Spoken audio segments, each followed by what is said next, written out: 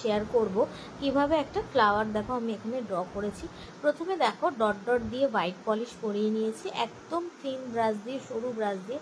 তারপরে দেখো এখানে ফ্লাওয়ারের মতন পাতাগুলোকে এক একটা করে মানে ড্র করে নিচ্ছি এখানে। তো নেলটা এখানে সারফেসটা খুবই ছোট ছিল, সেই জন্য ছোটো করেই ড্র করেছি। তারপরে দেখো এখানে আমি পিগমেন্ট পাউডার দিয়ে ভালো করে ঝেড়ে দিচ্ছি। পিগমেন্ট পাউডার এখানে আমি নিয়ন কালারের ইউজ করেছি এবং দেখো কতটা সুন্দর লাগছে।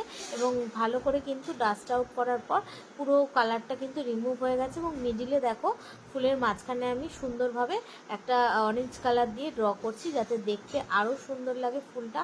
এবং তারপরে দেখো আমি ভালো করে কিওর করে নিয়েছি এবং টপ কোট দিয়ে দেখতেই পাচ্ছ এখানে আমি সিল করে দিচ্ছি। তো কেমন লাগলো অবশ্যই তোমরা জানাবে। আর পুরো নীলের ভিডিওটা তোমাদের সাথে আমি খুব তাড়াতাড়ি শেয়ার করব।